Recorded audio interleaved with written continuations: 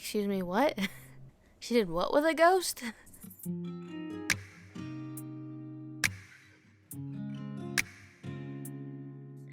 Hi, my name's B. This is my romance corner. Welcome back to my channel. Today I want to talk to you about ghost romance novel recommendations. Best 2 out of 3. So here's the thing. A long time ago, way back when, I had found myself a ghost romance novel and I loved it. I loved it. I ate it all up. And to this day, I couldn't tell you what that book is called. I couldn't tell you who wrote the book. I couldn't even really give you the gist of what happened in that book, but all I know is I remembered I liked it. I remembered that I couldn't. It's why it's so vague. I've never been able to find this book ever again. But I don't remember if the hero or the heroine was the ghost, but I remember that someone saw an old vintage painting and they made eye contact. And then from there, the ghost was able to be seen by the other person, and then they started a romance. But I could not tell you what that book was, but I enjoyed it. And because I have never found that book, I've been looking for other ones since then that could satiate my need for a good old ghost romance. Because why not? They are so much fun. Because every single time you pick one up, you don't know what's going to happen. You don't know if by the end of it, that ghost is going to move on. You don't know if they're going to stick around until the other person is dead so that they can, be together after. Or is there magic involved? Like, are they gonna, is the ghost gonna be switched back into a human so that they can be together forever? We don't know. And that's why it's so much fun every time, because you can pick one up and you're just not, you won't know until the end. So I wanted to pick up 3 books that I thought might be pretty solid. I read my reviews. But you never know. So today I want to talk to you about 2 that I really liked and 1 that I could definitely live without. So the first one on my list is The Dead Romantics by Ashley Poston. And this one I actually liked. This one was so cute. I would say it was like a nice warm hug, and it felt more light, it felt fluffy, it sort of felt like a rom-com. So our heroine Florence is a ghostwriter for one of the most famous romance novelists, and she's having a hard time making the deadline for her latest novel, and that deadline is coming up quick, and she wants to meet with her new editor for an extension, and he says, girl, no, you have to get that thing done or we're gonna get legal involved. And she's like, great.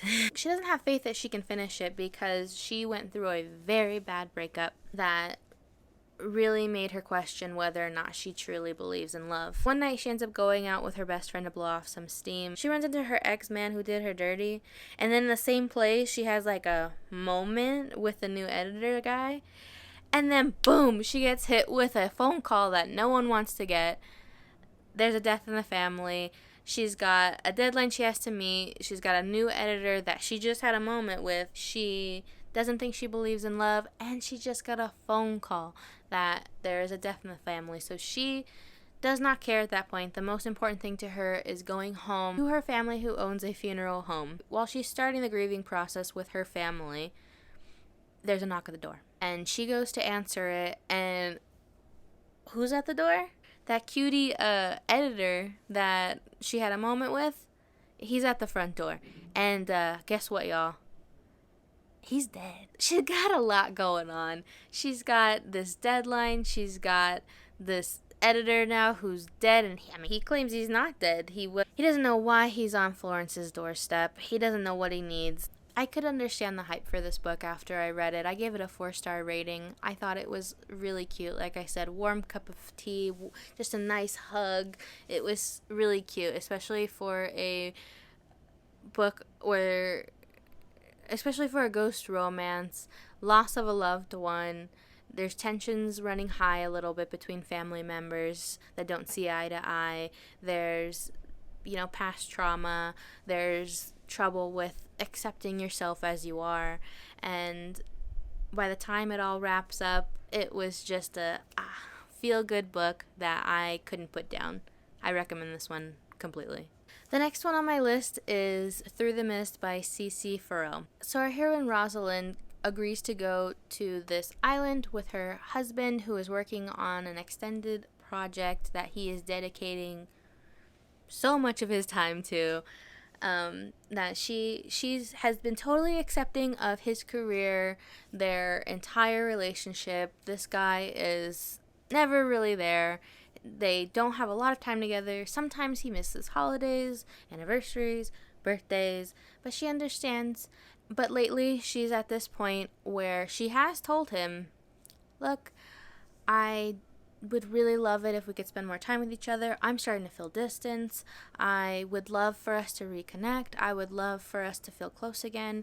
And as much as he says he would like to, he is then requested by his boss to then leave that island home and go stay on like base with a team working on the project together until its completion. And this could be for months upon months upon months, and without knowing if he can come home and see her for any length of time.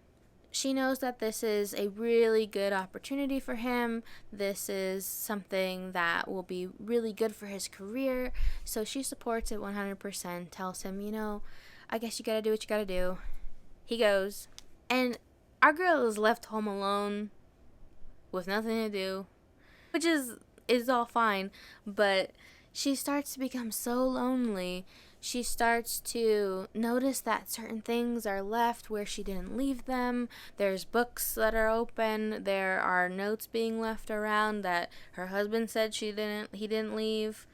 She thinks that she feels like her hair being touched, or she smells like a really a good smelling male around, and she doesn't know what is going on. She tells her best friend, whom she really tries to believe her. Eventually, our ghost guy shows himself. His name is Archer. He is a ghost who's been dead for quite some time, and he was killed in a steamboat accident. And we suspect foul play. Let me tell you. So I had high hopes in the beginning when this was set up. I was like, ooh, I don't know if this is actually going to be ghost romance. Like, what if this is all in her head? What if this is, like, she's just so lonely that she's conjured up some, a romantic figure to spend her time with? And, no. And to top it all off, if cheating is, a no-no for you, just don't do it. So my biggest gripe with this book was that girl couldn't make up her mind. I just couldn't relate. She was just like, "Oh, but I love my husband." I'm like, "Girl, he's not there. He did yeah, he's a workaholic and you say you understand that, but he missed every holiday, and he doesn't even he didn't even realize that he hadn't spoken to you in 2 weeks. Like, what does that say?"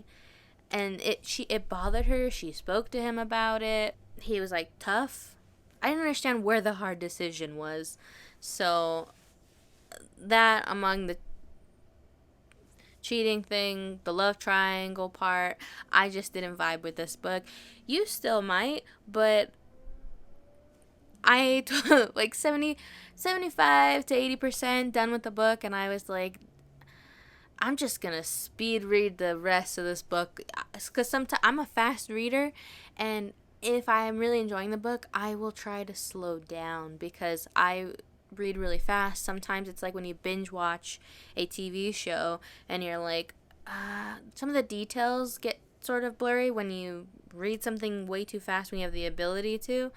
And so I try to slow down and savor it if I'm enjoying it. Take some time, close it, set it aside, think about it, let it digest, and then move forward. This one, when I hit 75 to 80% of that book, I was like, let's go. Let's be done with this book.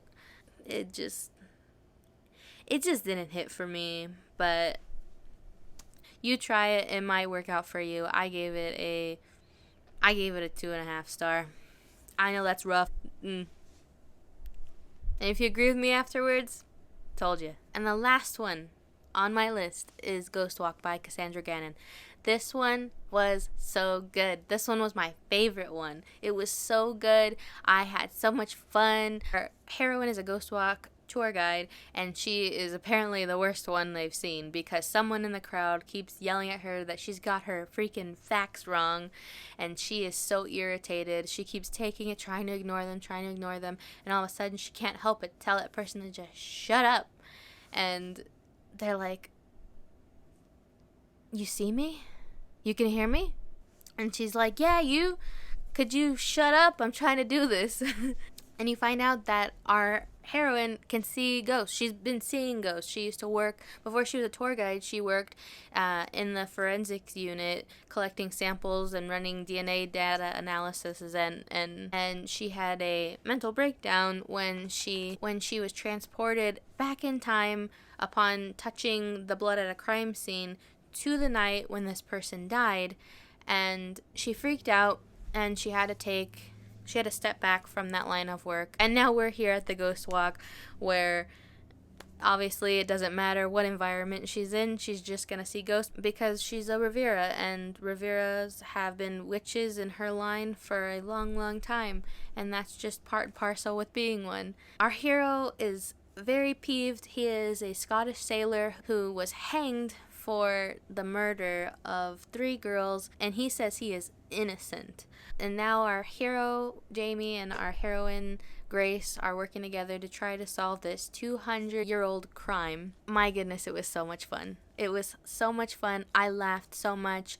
I thought that, Grace, although she was reluctant to tap into her raw talents, she did not annoy me, and Jamie was just a freaking joy to read. He was so much fun. He was charismatic. He was very protective of Grace, and they really worked together really well. Ghost Walk was such a fun book. I gave it a 4.5 stars.